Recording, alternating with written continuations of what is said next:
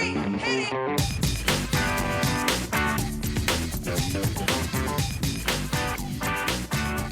morning, good afternoon, good evening, and welcome to today's Caffeine for the Soul.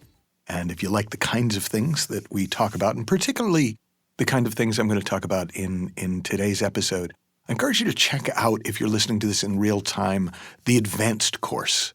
And you can find it at michaelneill.org, and it is a 3-week deep dive into the sort of spiritual underpinnings of all the things I talk about each week on this show.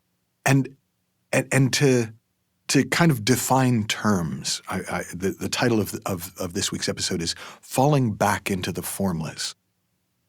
And the formless is one of the ways that the Scottish mystic Syd Banks would speak to the spiritual aspect, the spiritual nature of life. It is literally before form. All form comes out of the formless. In Catholicism, I don't remember my Latin, but there's a creation ex nihilo. Everything comes from nothing. Everything comes from the no-thingness at the heart of the universe. In Taoism, they talk about how the empty space at the hub of the wheel is what creates the usefulness of the wheel. And because we experience the world, generally speaking, through the form of our body, and we therefore see and hear and taste and touch and smell all the forms the world takes, we don't automatically notice the nothingness at the heart of everything, the formless underneath all form. So one of the ways Syd Banks would talk about it is he'd draw a circle.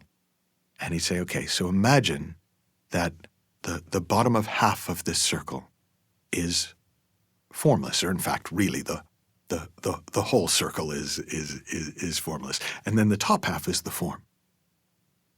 And then the whole circle is life. It's the allness. It's the isness and the nothingness. He used a lot of words that, if you try too hard to understand them, are a little dizzying. But I really love the distinction of formless and form, because they are both present together. But again, naturally, because we experience life via the 5 senses, via the body, we tend to notice the form and be oblivious to the formless, except for when we're not. Every now and again, we'll be struck dumb by a moment of sheer beauty, by the look in a baby's eyes, by a sunset that just catches us at the right moment, by something that we see that just transcends our day-to-day lives, and we're almost stunned into silence. That silence is the sound of the formless. In some forms of meditation, they talk about the stillness. That stillness is a quality of the formless spiritual energy that all things are made from. My mom was a chemistry teacher, and her favorite t-shirt said, "Never trust an atom. They make up everything." Well, in the same way, everything is made of this formless, intelligent energy. You're soaking in it right now. As you listen, we are both resting in, falling back into the formless, even as we experience life in form. The physicist David Bohm would talk about the spiritual and the material, and the dance between the two was his way of pointing to the formless and the form. In another one of his early talks, Syd Banks said, all you need to do is see that everything is God, and then you're good.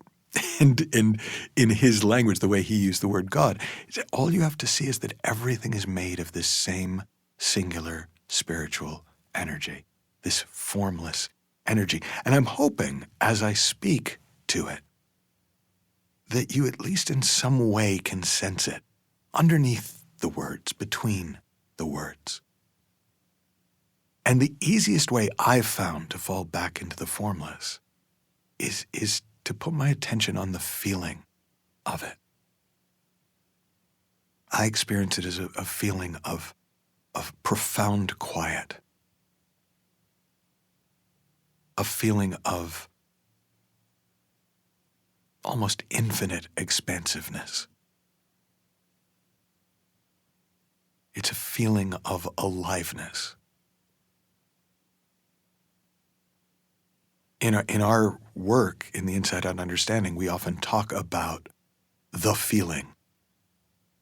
Well, the feeling is the formless. The formless is the feeling.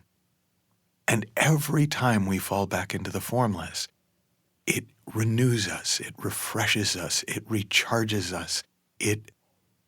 It's what the Buddhists call the ultimate medicine, because it's good for anything that ails you.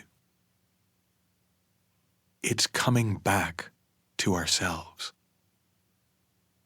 And when we operate in the world of form from the formless, everything has a more playful quality, a lighter quality. Even the stuff that we know is very important still has a lightness to it, because we can sense that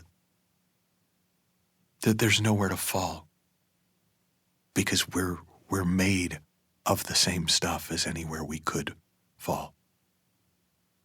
So the invitation this week is simply an invitation to notice. Throughout your day, throughout your week, notice those little moments of stillness, those little moments, and maybe they're not so little in your world, of quiet, of beauty, where you're almost overwhelmed by a feeling of quiet and stillness and beauty, of presence, of aliveness, of expansiveness. And enjoy it. It's not selfish to rest in the formless. It's actually what allows you to function really well at really high levels of performance in the form. Have fun, learn heaps, happy exploring, and I'll talk with you soon.